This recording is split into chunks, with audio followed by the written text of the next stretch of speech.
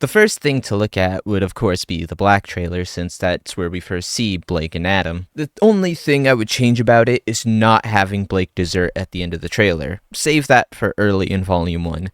The Black trailer should give us a chance to see Adam's ruthlessness like the original trailer does, but it should also show us the bond between the two characters, this unspoken sort of trust they have. We can see Blake's hesitation to continue working for the White Fang, but her trust and belief in Adam is what's causing her to stay. Originally, Adam didn't make his first actual appearance until the literal end of Volume 2.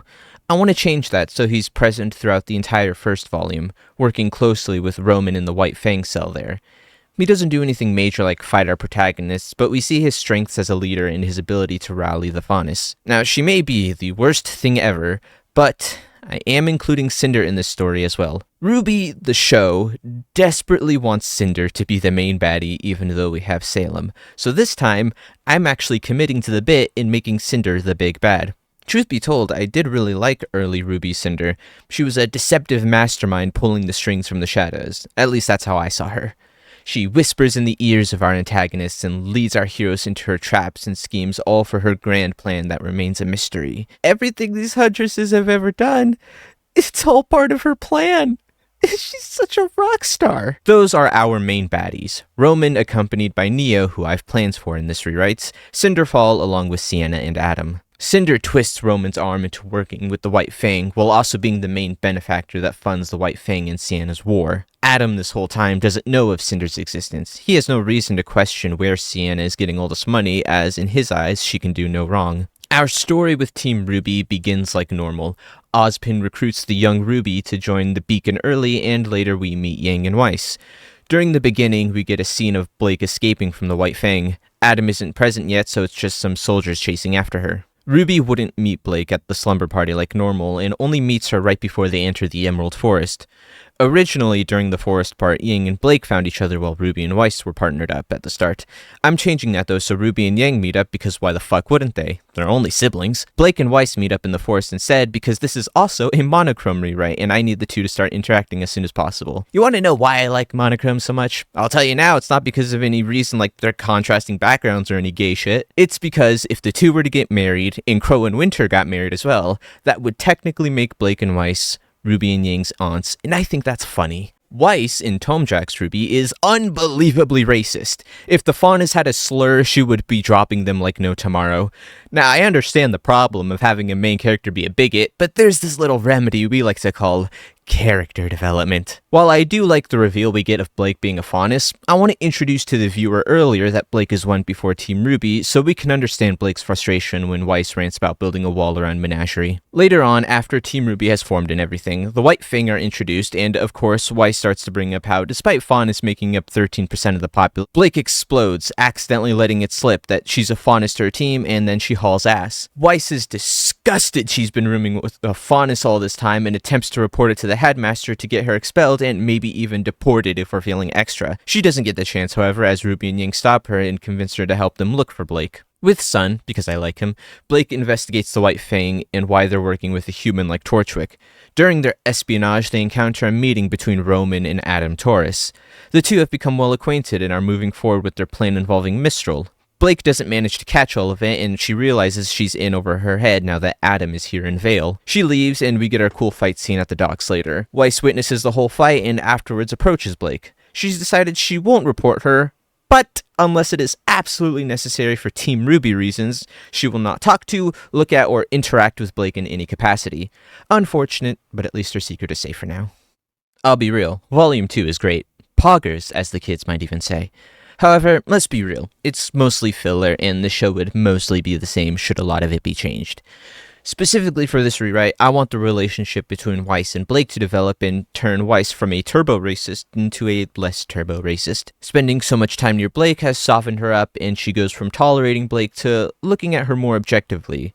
Before she realizes it, she's looking at Blake a lot more than usual. How does the saying go? Never ask a white supremacist the skin color of his wife? Because it's not relevant to the story at all, unlike racism, homophobia doesn't exist in the world of Remnant. Jacques Schnee couldn't give a rat's ass if she dated girls, so long as said girl doesn't have a rat's ass. Look, I'm skipping a lot of the details, but I just need you to know that were this an actual thing, Volume 2 would be the Weiss and Blake volume. If you want an actual fanfic or AU, you're not getting that here. Unless, of course, you paid me, well then we can talk specifics. One major scene that would need to be included is Weiss seeing firsthand how faunists are treated. Weiss, having lived in a turbo mansion her whole life away from the dregs of society, doesn't fully comprehend the prejudice the faunists face. Some sort of scene that involves her witnessing firsthand how horribly they are treated so she can reflect on her actions toward Blake and truly begin to change herself. I have no specific scenario in mind, so I'll leave that to your imagination. Volume 2 would end with Weiss, surprisingly, asking Blake out, and Volume 3 would start with them already dating. There's a scene I would like to include during the festival arc involving the two. Blake, of course, was a revolutionary who wanted faunists to be treated the same as humans, but despite that hid her own faunist traits because those people aren't typically allowed to attend Huntsman's Academy, except maybe for Vacuo. Blake decides to stop hiding her true nature and be herself more, so she takes off the bow and gives it to Weiss to show her commitment. Volume 3 is RWBY's best season, and it ain't even close, kiddo. However, I need changes to happen in order to realize my perfect vision. We do get our vital festival, but this time, it's not in Vale. The festival is being held in Mistral, and our team gets to go on a field trip to another kingdom. One day, while exploring the new city, Blake is pulled away from the crowd by a mysterious figure who reveals himself to be Adam. Blake, being a part of Sienna's inner circle, means she has info on the Khan that would cause trouble were she to tell anyone, so Sienna has ordered her death and asks Adam to do it. Adam, of course, still cares for Blake a ton, so instead of killing her, he offers her a way out of Mistral and asks for Gamble's shroud as proof he killed her. Blake, being Blake, turns him down and tries to leave, but not before Adam warns her about what's coming and how they may have to face off against each other down the line. Blake acknowledges this and leaves. Neither want to fight each other, but now they have no choice. Fast forward to the Vital Festival, kill Penny or whatever, it's not really relevant. During the chaos of the attack on Mistral, Sienna and her army of White Fang members are storming the Mistral's castle. Her goal is to kill the king and declare herself the new Queen of Mistral, returning it to the Faunus in the process. We also have Adam, who's locked in combat with the Belladonna girl, and she's getting her ass handed to her. Blake may have been trained by Adam, but he still far exceeds her in every aspect. Adam never wanted to kill Blake, but his dedication to Sienna far outweighs his familial love for Blake. Like Yang, but way cooler, no pun intended.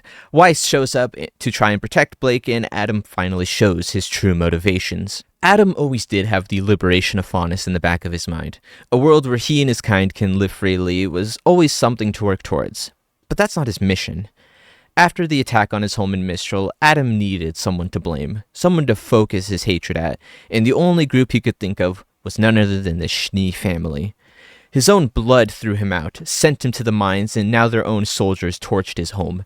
Everything bad that happened to him was because the Schnees are the ones in power, and if anyone was going to do something about them, it would be him. There's a scene about Adam's past I want to include, and the reason I didn't bring it up during the first part is because I didn't think of it till now. At some points before the current day events, Adam decides to take revenge against Willow for abandoning him. He breaks into the Schnee manor with the plan to kill just her because she was the only one who really did anything wrong. Just before he kills her, though, Adam stops. Killing her would be too easy. She took everything from him, so it's only fair he does the same.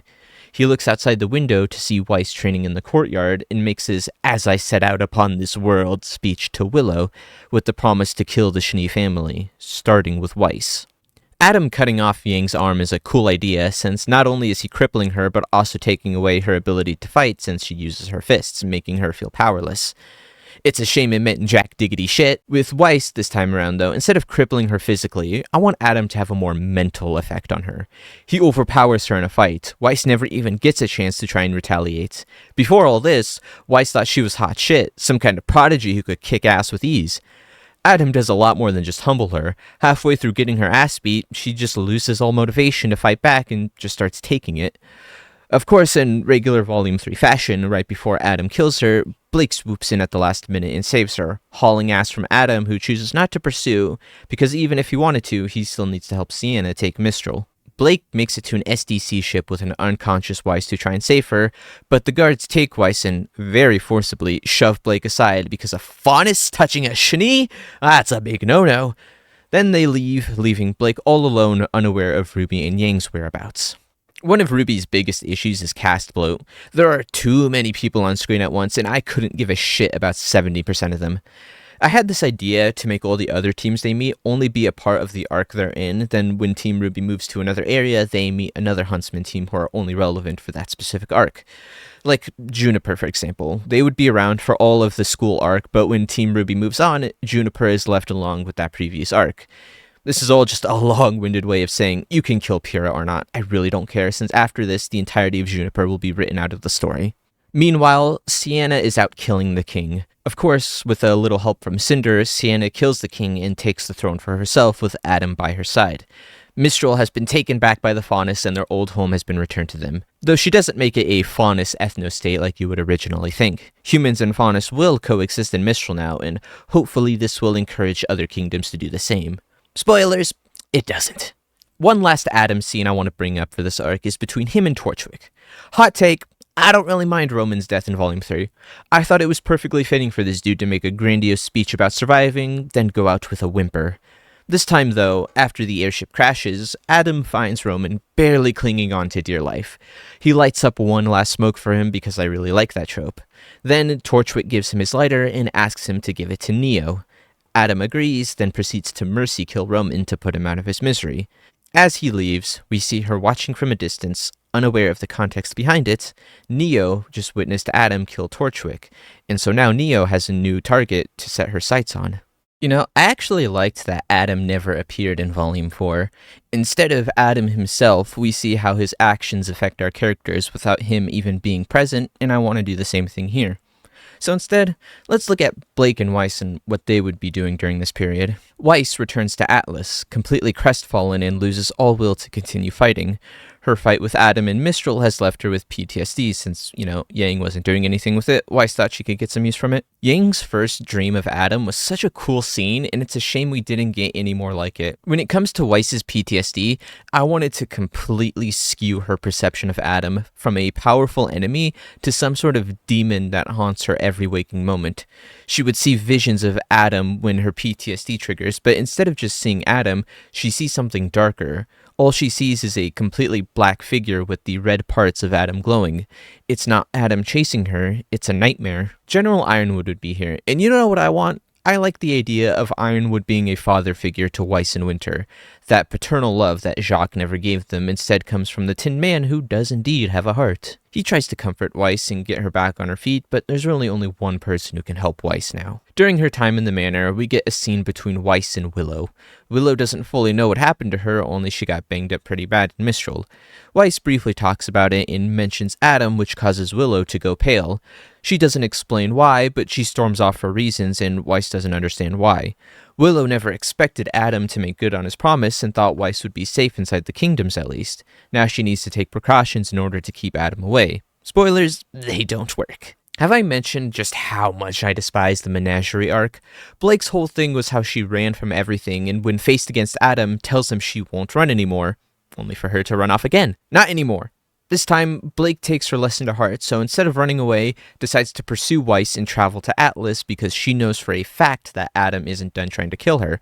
She feels responsible for getting Weiss mixed up in all of this, even though Adam would have gone for her with or without Blake's involvement. The majority of this arc would have Blake in Mantle trying to find a way into Atlas by using her old knowledge from living here to make contact with various underground organizations to make deals in order to find a way to Weiss. There's also the matter of RWBY and Yang. Since the show is called RWBY, they do need to at least have some relevance here. General Ironwood has tasked them with the mission of setting out on foot to Vacuo in order to enlist their aid against Sienna in the White Fang.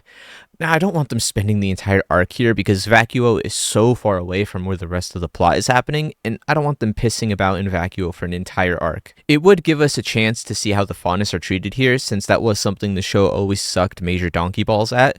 Afterwards, their plan is to head to Argus, where they'll be picked up to go to Atlas to prepare for their counterattack. There, those are the two out of the way. Let's get back to the good stuff. The volume would end with a party taking place on the Shnee's private airship. The reason for this could be the same as the one from Volume 4 where Weiss summoned a pig. Blake made her way into Atlas and onto this airship under the guise as one of the servants. Weiss is also here mingling and whatnot. It may be cheesy, but I really like the idea of Weiss still holding onto Blake's ribbon she gave her, and she finds some way to incorporate it into her outfit, whether it's a hair tie or a bow or something. We can include Sun in all of this if you really wanted to.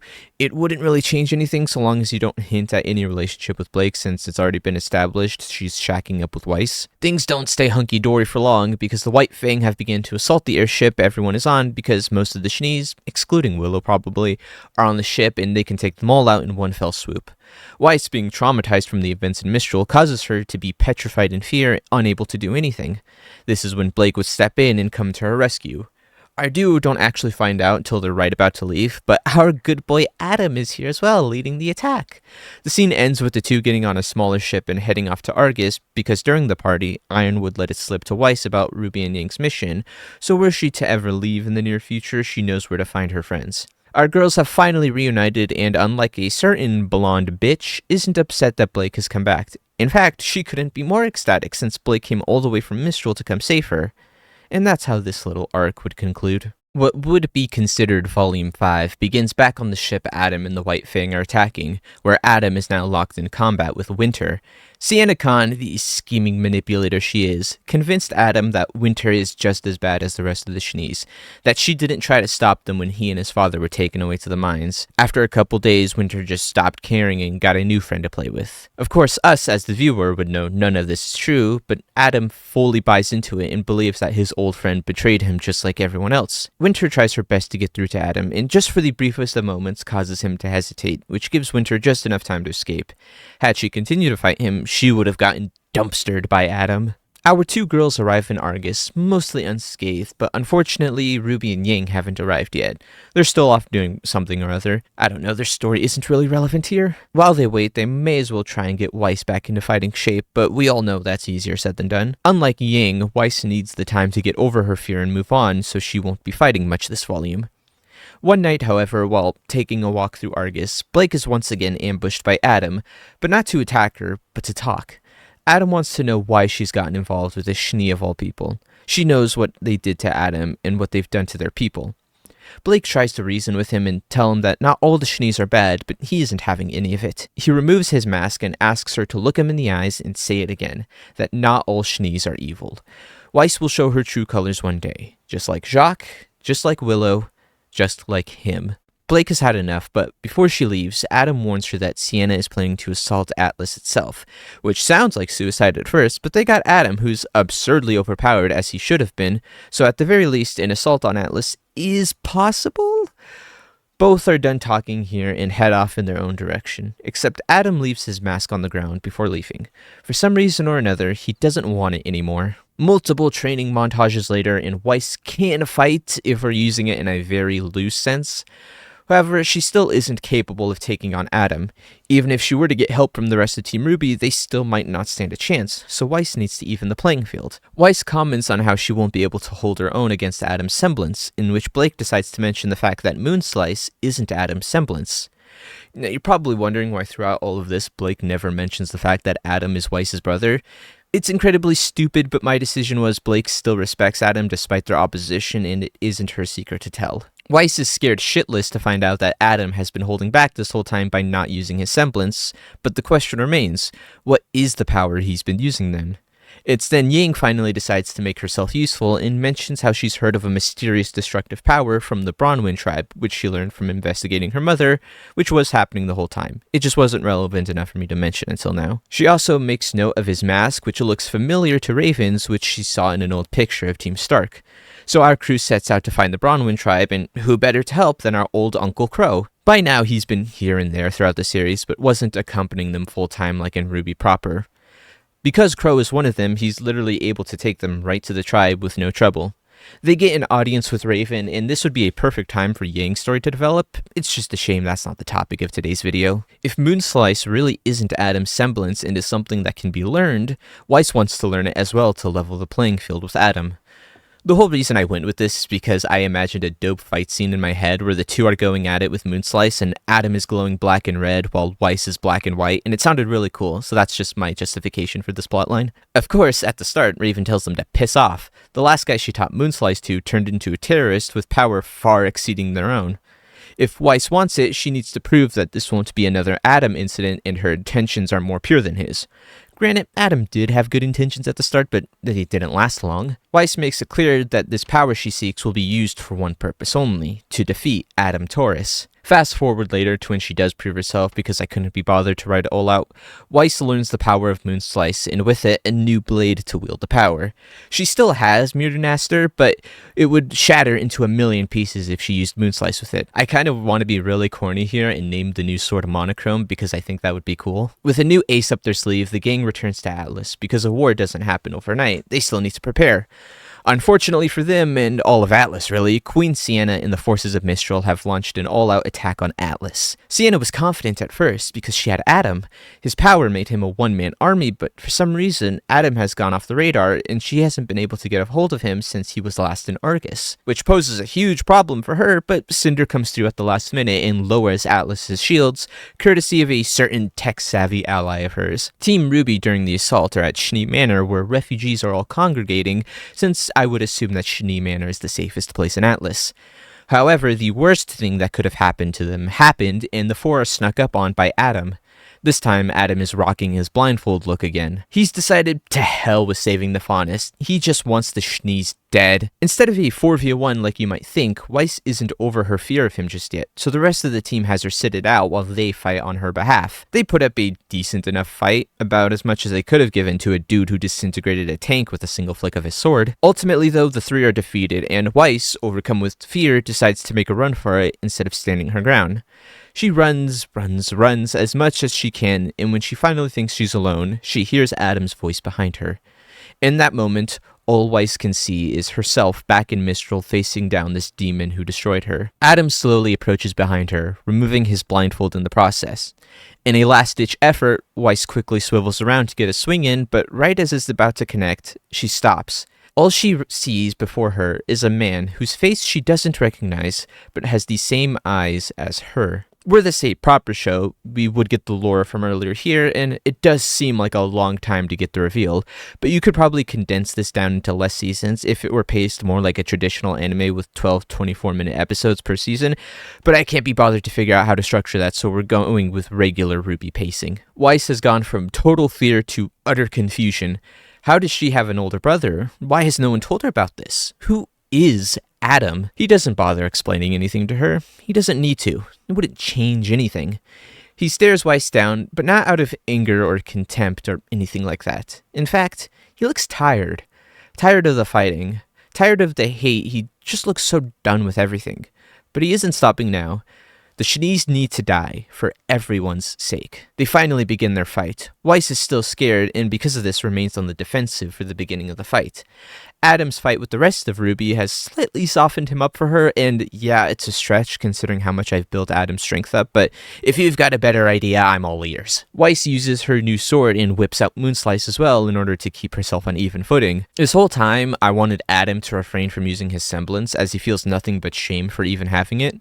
However, during this final fight, in a moment of desperation, he finally uses the Schnee glyphs in order to take down Weiss. The two and their destructive power is tearing apart the Schnee Manor in the process, which is no bueno for the citizens hiding out here, so now they gotta haul ass away from these two. After a long conflict, the two are tired and are struggling to keep fighting, but Adam isn't quitting until one of them is dead.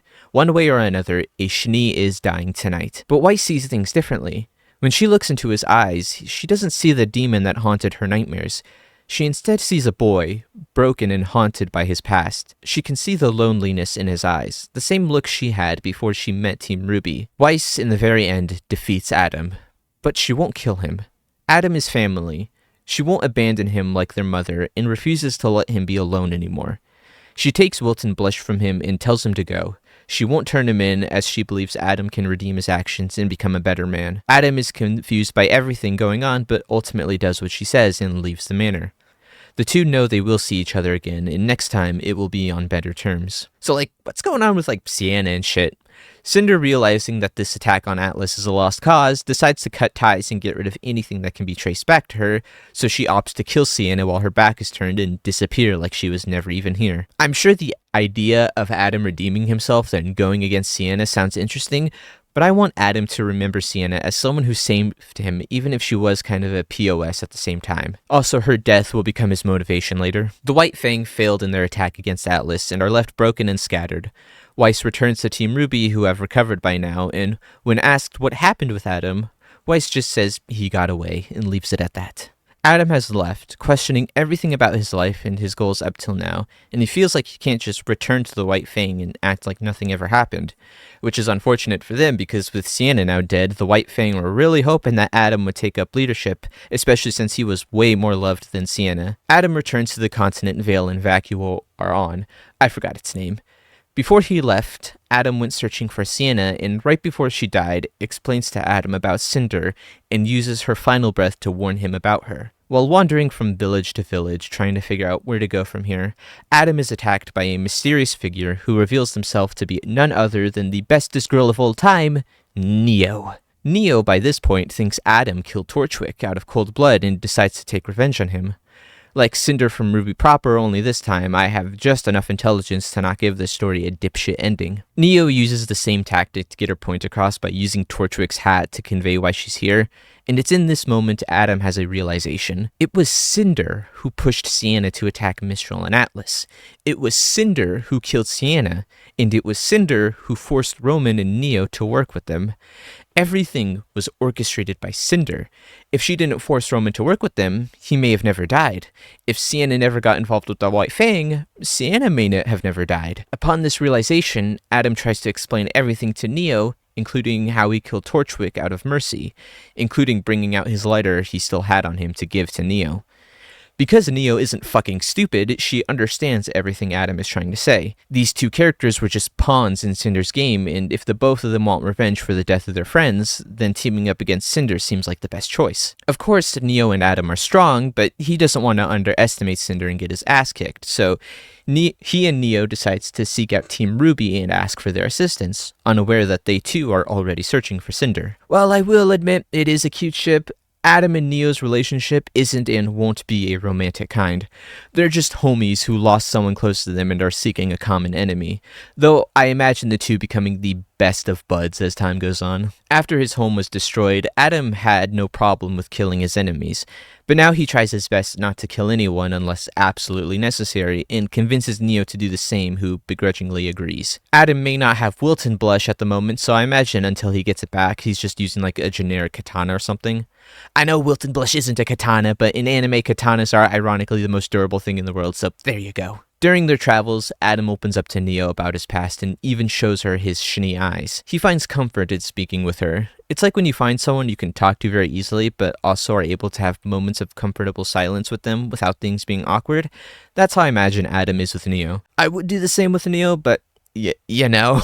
After a long period of journeying, the two track down Team RWBY and, understandably, are attacked by all of them but Weiss when they first arrive, and it's Weiss who has to step in and stop their fighting.